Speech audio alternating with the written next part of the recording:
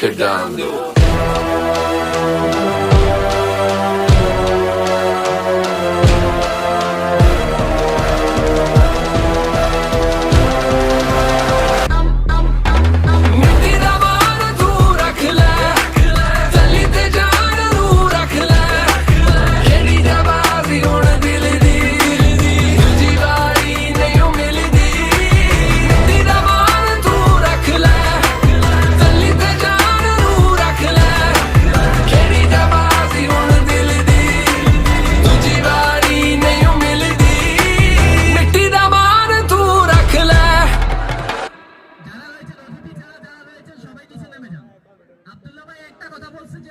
আজকে আমরা কারোর সাথে খারাপ ব্যবহার করব না।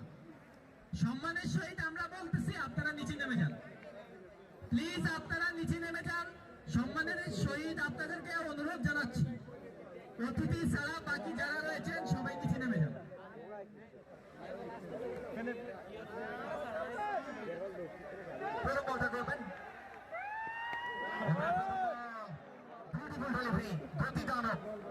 পাকিস্তানের ছেলে উমরি পেয়েছেন লাহোর এক্সপ্রেস, বাবু রাজেন্দ্র উত্তরসূরি এবং একটা সময় গতি স্পিড মাস্টার যাকে বলা হতো, সেই শোয়েব আক্তার যার একই অঞ্চলের উত্তরসূরি কিন্তু উমরি পেয়েছেন।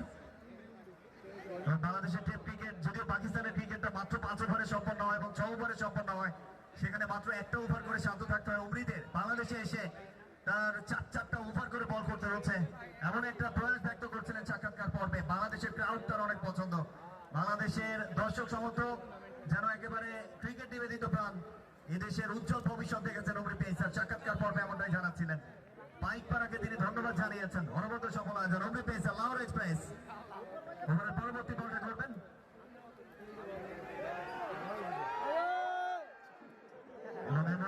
কিছুটা অবশ্য রান আপের প্রবলেম, এবং এমনটাই কথা হচ্ছিল রকেট সুমনের সঙ্গে। তিনিও কিন্তু এ প্রান্ত থেকে বলটা করছিলেন লেগ প্রান্ত থেকে, এবং সেখানে বেশ কিছু জায়গায় গর্ত রয়েছে।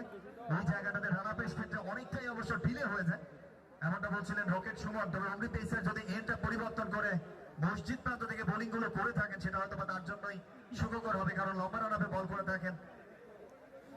ছুটে গেছেন, আম্পায়ারের সঙ্গে কথা বলছেন সাগর রয়েছেন আম্পায়ারিং, এবং সেই সঙ্গে জাহিদুর রহমান পাখি।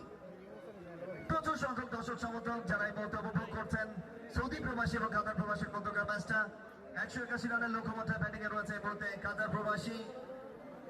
প্রথম ওভারে 7টা রান আসে, যেখানে জ্যাকারিফের ব্যাট থেকে একটা ছক্কা। একই অঞ্চলের দুটো দল, সৌদি এবং অন্য প্রান্তে কাতার, দুটো প্রবাস জীবনে থেকে ক্রিকেটকে যেন একেবারে নিজের করে